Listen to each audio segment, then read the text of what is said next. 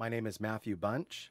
I'm age 32. Today's date is September 19th, 2015, and we're in Sacramento, California, and I'm going to pass this off to my friend George. Thank you. I'm George Raya.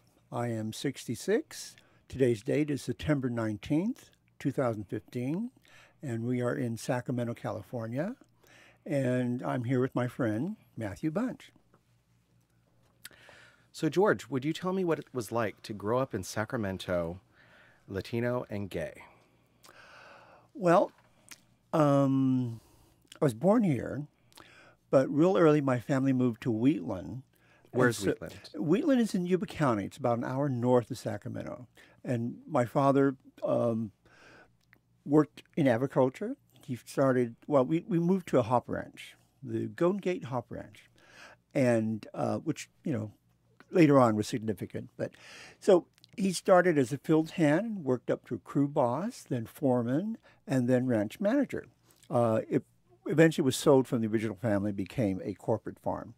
And so I was raised there in Wheatland, and there was very few permanent Latino families. So I just mixed into the general population. The general population was predominantly white? Predominantly white. So real fortunately, we lived next to Air Force Base, so we got a lot of federal money for the school. So I had a great education because although it was a country school, it was substantially underwritten by the federal government. So it was quality education, really pleased about that. Then eventually my parents divorced. We moved to Sacramento and I went to live with my maternal grandmother. And she had owned a restaurant in the west end of town, but then redevelopment came in, took the property. She took her money, went to Oak Park, bought an apartment building, some other pieces of property. And I moved in with her, with my other brothers and sisters. The restaurant is, where was that? It was, in the 40s, she got a restaurant, and it was called El Rancho Cafe. And lots of interesting stories about the restaurant. But the family would have their annual family reunions for Thanksgiving at the restaurant. And it was a very typical family reunion. The women would go to the kitchen and cook, the kids would go off to the movie theaters, and the men would sit around, talk, tell stories. And I had one cousin who was named Betty, and her husband was Tony, and they had two small children. But then years later, I discovered Tony was a lesbian, a butch lesbian that liked to wear men's suits and hats.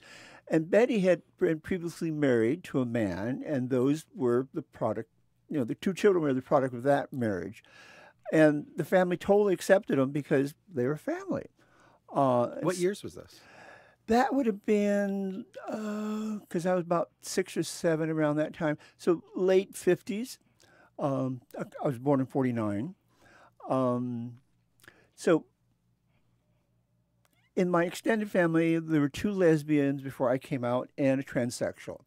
So the family didn't have a problem with gay people. Okay. So, and that really helped later on when they did come out because the family was supportive. It didn't have to worry about being shunned by the family, disowned, stuff like that. When did you come out? How old? I came out a freshman at Sac State, spring of '69. I realized I was gay probably about 7th grade because I kind of developed a crush on the best friend of my older brother, who was this blonde punk.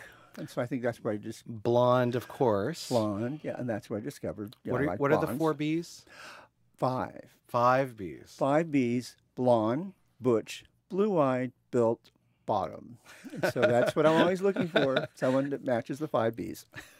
And so was this hunk the 5 Bs, or was he just blonde?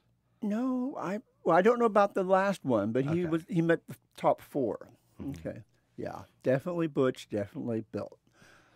Yeah, and I think he was gay because, unfortunately, I was so dumb at the time. I didn't read it, but he was teaching me how to weight lift, and he was always getting upset when his little brother would come into the room. So I think there was something more going on. Yes. So you grew up in Sacramento. Grew up in Sacramento. I'd come for summer vacations, and so I would very comfortable living. And in a way, I'm glad my parents separated, that I moved back to Sacramento, because I think as a gay person, it would have been a different experience coming out in Wheatland, which was when we moved there, a town of about 600. And then when we left in 66 was a town of about 1,300. So life is very different if you're in a small town versus if you're in a big city. And What was gay life like in Sacramento in those days? well, when I came out, one, Sacramento didn't have any gay bars. We had a very kind of a sheriff that had a real Southern mentality. All of the sin was across the river in West Sacramento: the prostitution, the gambling, and the gay bars. And eventually, he got voted out of office around 71. John Misterly was his name, and he was the county sheriff, and he got voted out in 71.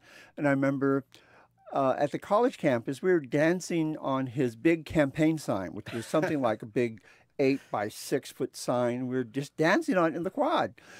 Yeah, you know, the Wicked Witch is dead. The Wicked dancing Witch is on dead. his grave. And then in 76, one of the first gay bars came across the river, and that was Terry Sidey's Bojangles. And when we were out at the bars, we'd see other college students there, both from Sac State and from UC Davis, which is down the street. And one day, one of the professors at State, at a dinner party, said, "Hey, let's start a gay student group here." Now, if anybody else had suggested that, they would have been laughed at. But the person who suggested it was Marty Rogers, who was the biggest closet case on campus. And so when he said it, people took it real serious. And the way that came about was Marty was a psychologist, and he'd been called in by the administration at UC Davis because there was a group there forming a gay student group, and they called him in because they wanted to help these poor, sick students.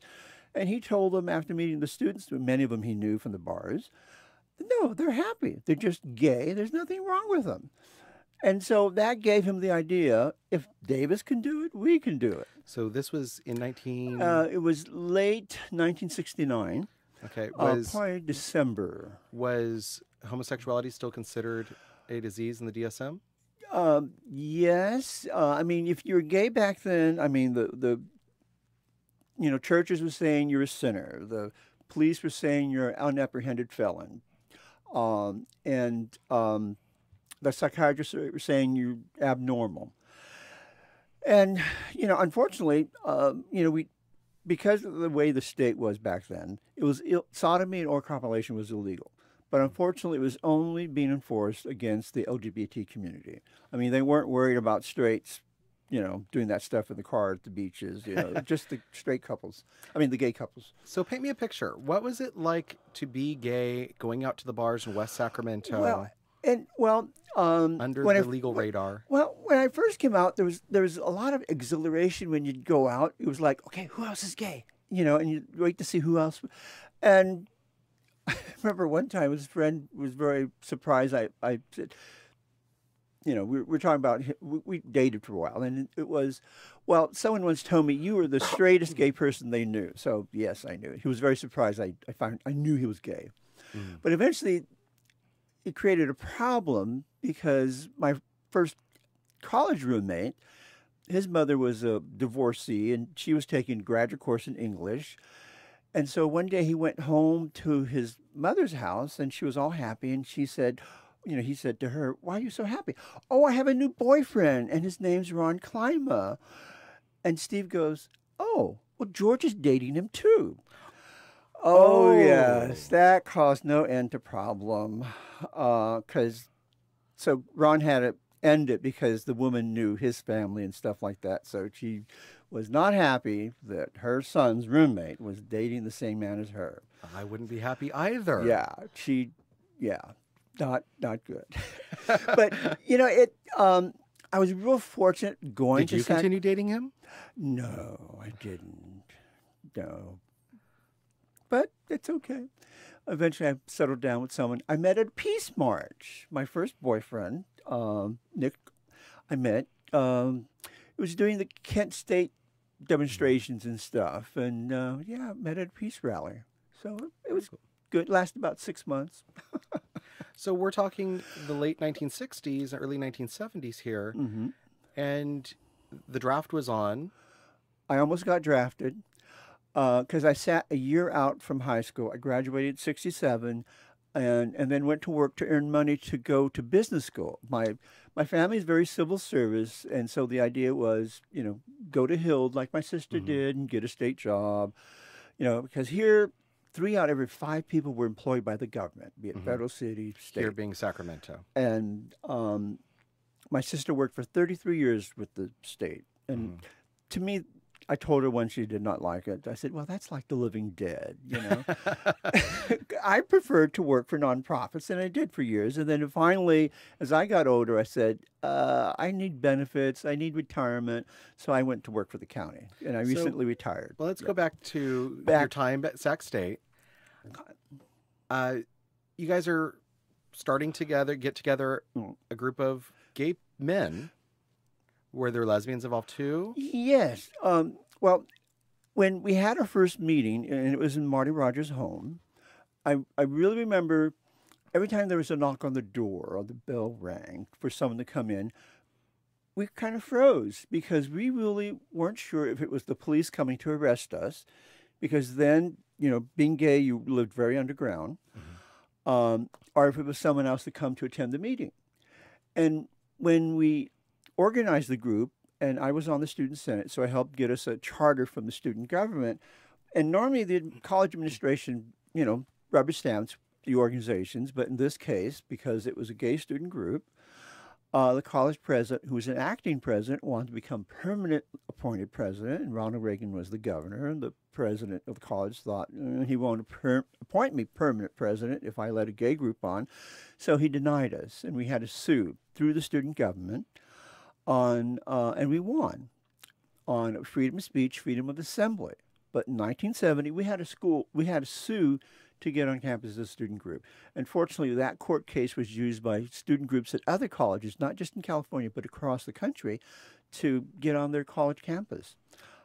That went to real people court, or is it? It was here in the Superior Court. Excellent. And at the time, my roommate was horrified that I was going to go to court and be public about being gay, because he'd introduced me to his family. I'd met them at events and stuff. And so he thought, well, if they find out I'm gay, they're going to know about him, and just horrified. But when I came out, like a lot of other people, I went to the library to find out everything I could find about homosexuality. And unfortunately, the bibliographies back then only had like 6 at the most entries. But one of them was a law review article called Why the Status Quo, written by a law professor at Cal Western College in San Diego. And it explained the history of what the laws were now and where they came from. And it basically said there would be no change until gay people themselves stepped forward and worked to change the law. No one was going to hand it to us. We had to fight for our own rights. You just mentioned to me in a previous conversation all of your rights in one quick statement. Well, okay, we got the student group organized, and the campus group had a real influence on the community because we organized a coffee house on the weekends at a downtown building, and we invited one time the attorney that handled our case, his name John Poswell, and we asked him to come in to tell us about our rights. And he said, well, this is going to be real short. You have none. and I remember, see, back then the state licensed, and it still does, everybody. And a lot of the licensing requirements had a thing called moral turpitude. If you were bad moral turpitude, you could not get licensed as a doctor, a dentist, all kinds of things. And it was a big deal back then that someone had written the state bar and said, I'm gay. Is that going to be a problem with me being licensed by the state? And they wrote back, no, it would not be a barrier to you being licensed as a practicing attorney. And that was real big. And I remember reading that mimeograph copy. It was major. It was major for that time, because really you bars could not openly serve gay people. We couldn't dance in a gay bar. Well, I mean, here we could because it was very relaxed. But in San Francisco, I remember around 71, I was dancing with my partner at the time, and the bartender shined a flashlight. No touching, no touching. Because the ABC could have taken their license because they were encouraging lewd, lascivious conduct in a bar. So it was a bad time. It was a bad time. So that's a good segue. You mentioned moving into San Francisco. Well, I graduated Sac State, and I got admitted to law school at Berkeley. And when I left Sacramento, I asked people there, I want to continue as an activist. Who do I contact in San Francisco? And I was given the name of Jim Foster. Who is Jim Foster? Jim Foster was with originally a homophile group in San Francisco, because we had the Daughters of Bilitis, Mattachine Society, and he was with the Society for Individual Rights, SIR. And we called them homophile because they were friends of the gay community. Our student group, we decided to call ourselves the Society for Homosexual Freedom because we wanted homosexual in the name. We wanted to be upfront. And we lost half the people in the club immediately because they would not belong to something where had the name gay or homosexual in it, because they just didn't want to be that public. Well, some of the earliest, I know that some of the earliest LGBT groups hid their own names and in some cases wore even masks physically to prevent anybody from knowing who else was there. Yeah, because were you guys like that, or did you guys use your names? Oh no, and my generation, and I'm talking beginning early 70s, people actually started using their legal names. Where before, I mean, I had friends that were activists that would use their mother's maiden name. And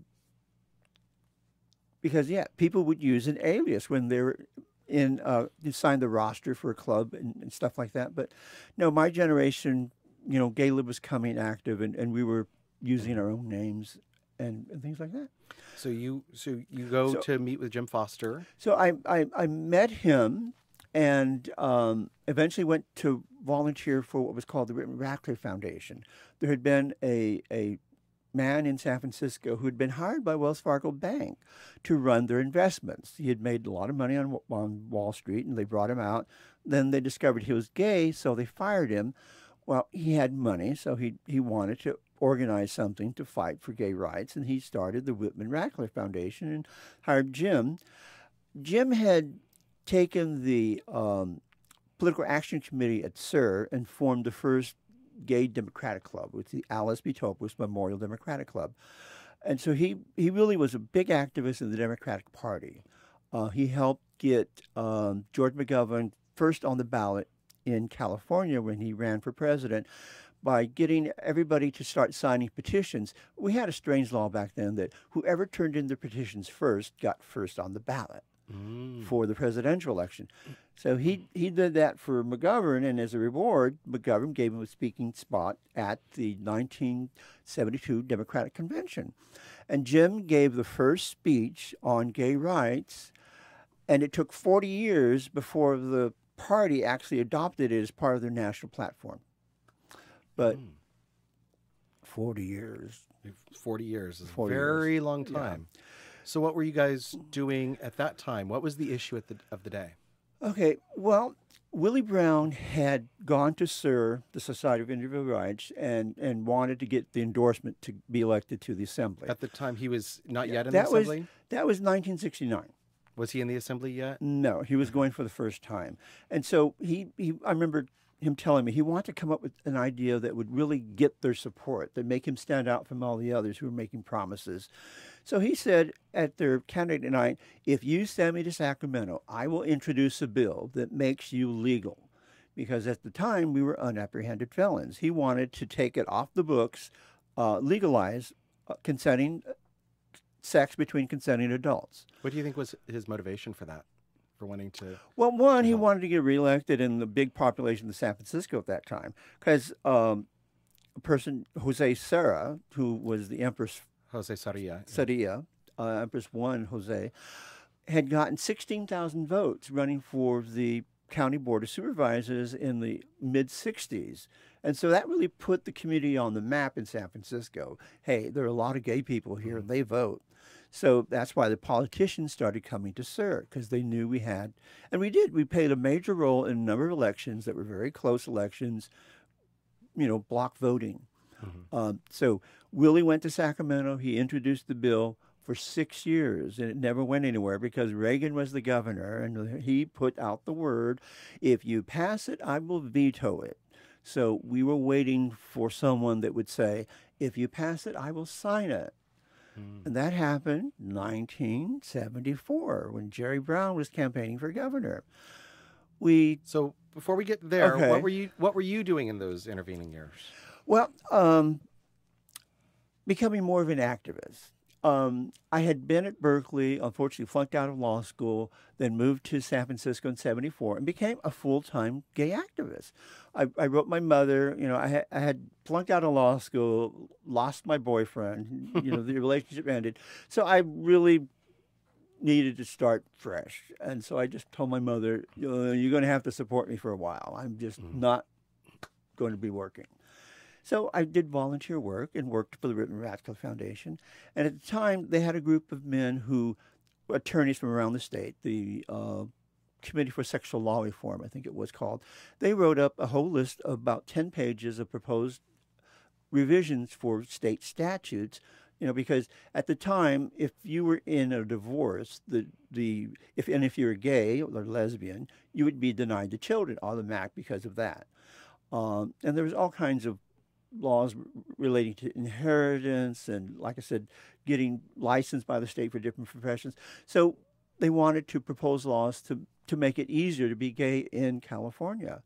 So they needed someone to go to Sacramento to lobby it.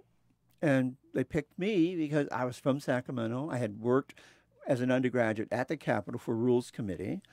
And I knew, and Sacramento College at that time was a feeder, as it is now, a feeder to the Capitol, where a lot of staffers and a lot of consultants come from Sacramento State College, now called California State University, Sacramento. So you mentioned they picked you. Are you referring to Society for Individual Rights? Well, Jim picked me. Jim picked me. And the thing was, he was going to do the fundraising, I do the lobbying, but unfortunately it didn't work out that way. He got to be more responsible to his nonprofit and not do so much political stuff. And so I eventually had to do the fundraising. And eventually, when I was lobbying, I developed what was called the Human Rights Fund, because I needed people to write me checks. And they wouldn't write a check, I'm sure, to the Gay Rights Fund. They would to the Human Rights Fund. And eventually that got picked up on the national level with Steve Ending, who was the lobbyist for Minnesota. And I was part of the group that put together the national lobby. And for originally it was called the Gay Rights National Lobby. And then he found people wouldn't write checks to that, not out of the Midwest. So it became the Human Rights Campaign Fund. Which is still around today. Still around today. So Jim said, go to Sacramento. And part of the other thing working in my favor was I was from there. I had family and friends. I could work cheap, And a friend of mine was on the governor's staff. He was his labor consultant, Steve Burrell. So, I had a lot of Was friends. Steve gay too? Steve was gay too. And I remember a number of my friends at the Capitol said, if I don't talk to you in the hallway, don't worry. It's just that I don't want to be known also because, for a long time it was not good if you're gay in the Capitol. Now there's an association of gay lesbian staffers, but back then it was. I've been a member of it for many years now. Yeah, but I think you worked for the governor's office also at one time. I worked for a future governor, now a past governor of California, Schwarzenegger. Right, and it was an issue. It was an issue for me. It prevented me from getting promotions. It prevented being gay, prevented me from having a job at one point. Yeah. And there were no out Republicans. We're talking 2006. There were no out Republicans in those days. Yeah. Now there are out Republican chiefs of staff. Well, there used to be. I think he's now in the third house. No, it was very helpful having that network of friends at the Capitol. And I remember sometimes I'd go into a legislator's office and staff would have me talk to their chief assistant, director. And a lot of times it was someone I had a class with. And I remember one time it was someone I had a crush on. It was this. Was he blonde? Maybe. I can't remember now. But he worked for Ken Maddie of Assembly out of Fresno. And I said, I need Ken's vote. I need your boss's vote. And we got it because we wanted bipartisan support. Yes. A Republican out of Fresno. We had a couple. Fresno's never been considered the most liberal place in California. No, but he was former Air Force officer and, progressive, Mm-hmm. and fortunately he had a wealthy wife, so he could do what he Mm. wanted. So before we get too far into Okay. what you actually lobbied on, Oh, you've told me stories about your travels across California. Is this that oh. point? Yeah, well, what we had two major bills. One was sponsored by Willie Brown dealing with consenting sex between consenting adults, and we Mm-hmm. had one by John Ferran, also of San Francisco. Unfortunately, both of our major pieces were by San Franciscans, and so it had the image that San Francisco was trying to push the morality of San Francisco among the rest of the state. And I didn't get along well with John Ferran, and so one day he got mad at me. He said, "Why don't you go around the state and organize, lobby groups?" And I said, "Okay." So I traveled. I mean, I went to Long Beach, to Oxnard, to San Diego, Monterey. I mean, if you could get there by plane, bus, car, I got there. And I would identify someone in that local community. And usually, wherever I went, there was either a MCC, Metropolitan Community Church branch, or a gay student group, or a branch of some royal court. And those three groups were the basis of the lobbying groups that I helped form. They were first political action committees, and then eventually many of them turned into Democratic clubs, like the San Diego Democratic Club and the Hollywood Hills Democratic Club. And we were able to, like when the bill finally passed, the Willie Brown bill finally passed the legislature and was on the governor's desk to be signed, Fresno Valley, no, not Fresno, San Fernando Valley generated 1,700 postcards to the governor. And the way they did it, the To court, sign it or to sign it, to sign the bill into law. Mhm. And the way they did it was the court knew the bar owners because the courts are very involved with the bars. And the owners said, "You will not be served a drink unless you sign a postcard to the governor." That's a tricky way to get Because signatures. they said, "Look, if you won't help fight for your own rights, we don't want your money." So how long did it take you to get that Willie Brown bill passed? The Well, sodomy he bill? introduced it in 69, and it didn't pass till May of 75, became law January 1 of 76. And the reason I was sent to Sacramento, because after 6 years, people thought, it's not going anywhere. We need someone there to actually represent us and to push Willie to do the work, because you know how it is. If you don't have a lobbyist watching your people, The gay and community did not have any lobbying at that time? did no lobby. I was the first California full-time gay rights advocate at the Capitol, and we had 25 freshman legislators in the assembly that year. So, and they were very progressive, young McGovernites. So I got them their first year, and I think it was a list of about 36 people that said, "I will vote for this bill." And I gave the list to Willie Brown. He looked at it, and he was surprised even. And he said, "I can get the rest." And we actually had about 46 votes, but some of them at that time, we told them, if you can't vote for it, it's okay. We got enough votes. So few people abstained, but we passed 42, and you needed 41, I believe. Yep. And it went on to the Senate side, and there it was really interesting because George Moscone, who later became mayor, was the majority leader of the Democrats in the Senate. And when it went to a vote in the morning, it was a tie, 2020, and the only way it could be broken was the lieutenant governor, but he was out of the state. Merv Dimerly, they had to fly him back. So Moscone pulled a legislative procedure that locked the House. You could not leave. And so we were there all day. And then finally, about 6, 7 o'clock in the evening, Merv Dimerly, who had to be flown back from Colorado, walked in and said, "Lieutenant Governor votes aye," and just the House just broke up. Just great. So then it And gets sent to the governor's desk, who was the governor at that time? Jerry Brown. Jerry Brown, the Jesuit governor, once Yeah. now current governor of California. Yeah, and recycled. So how did you get his vote? We had to blackmail him. Oh. I say oh as if I don't know how the story ends. But oh. Well, okay. Like I said, Jim Foster was the big Democrat in the party. And he tried to meet with Jerry, and Jerry would not, being a bachelor at the time, meet with the gay community. I mean, you know.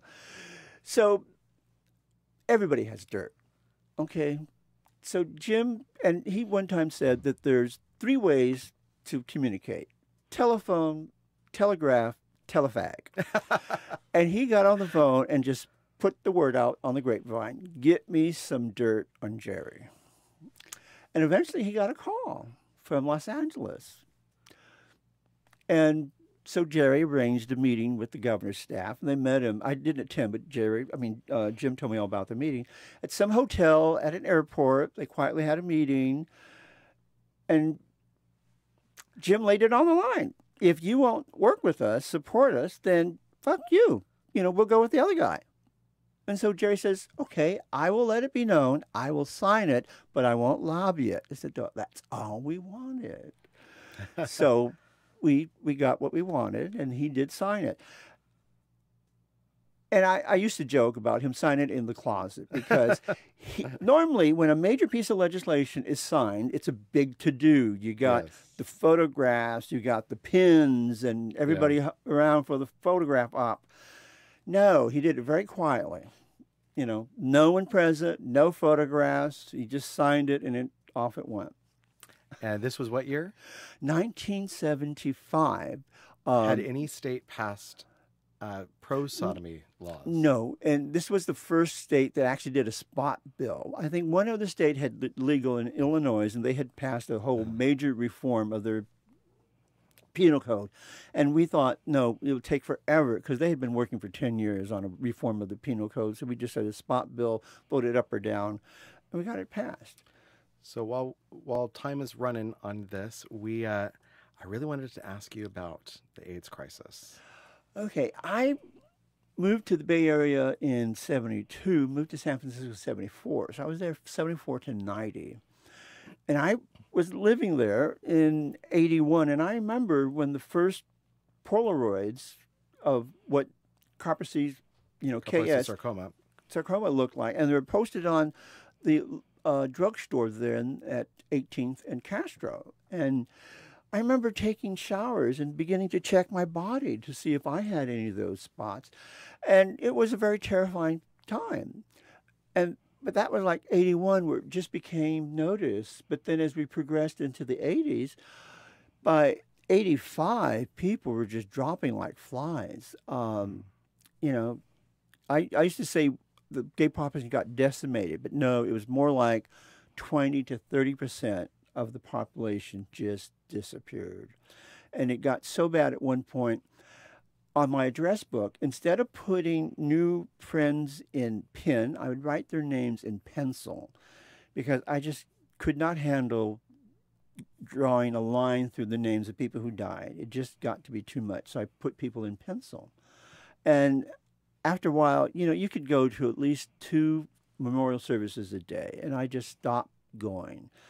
I worked as a volunteer at Sacramento, San Francisco General Hospital in the AIDS ward, 5A, with the Godfather's Fund. Every new patient coming in, we get a bathrobe, slippers, toiletries, and a teddy bear. And for confidentiality, they never put the full name of the patient on the board in the front of the ward. You just put Bob. So you'd go in, all happy-faced with all these gifts, and then you'd see it was the lover of one of your ex-roommates or something, So I knew a lot of the people that were being sent on the ward, and it was just really very difficult. You said it really destroyed the populations in San Francisco. What was the effect here in Sacramento? Well, I moved back here in 90, and then I remember the AIDS quilt had a showing here at the convention center, and I went and I saw a quilt for a friend of mine from high school, the president of our high school class. It was like, So I really don't know how many died here, but I'm sure it was nothing like the percentage in San Francisco. Because when I graduated from Sac State, everybody who was gay just went to the city to be open and free. So it had a very high percentage. Yeah. Did you see any correlation between people of color versus white people, or was it just affecting everybody? Well, because I was Mr. Activist, was serving on a citywide advisory group representing the different organizations, and I represented the Golden Gate Business Association. And I started advocating for, because my job at the time was working for the Department of Public Health Bilingual Services Coordinator, so I was advocating for bilingual services for minorities, and I was told literally to my face, no, this is for us, meaning white gay men. Go do your own thing if you want something else. And so I did. I started the Latino AIDS Project. And I went to a conference where there's only 3 minorities out of 50. It was a statewide AIDS strategy conference. So I got selected for a panel to review a $3 million grant that the county of San Francisco was applying for. And they asked me, should they be granted? And I said no, because the level of neglect on the part of the Department of Human Citizens to the non-English speaking borders on criminal neglect. And it got front page the next day in the San Francisco Chronicle, and an editorial in support the next day saying things need to change. And they did. But unfortunately, they still need to change. It's still bad. Unfortunately, the percentage among minorities is still very high, double what, yeah. So to start wrapping things up, could you tell me what you think the biggest issue is now for the LGBTQ community?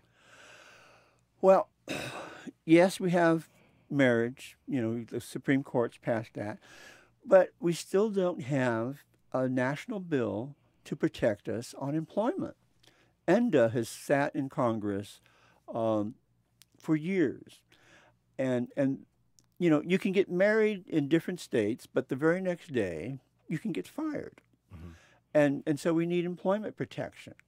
The president's been super on doing a lot of things under executive order, but we need some action by Congress. And I think, the Republican Party is saying, hey, and the Republican Party statewide has now recognized log cabin. And so that was a big thing, because I've been very supportive of bipartisan action, because you need both parties to support legislation. So hopefully the Republicans will come across with support for gay rights eventually. Well, George, it's been a pleasure and an honor talking with you today. Okay, well, thank you. Thank you, Matt. There's so much I didn't... only 40 the minutes, White George. House trip in 77. Never mind.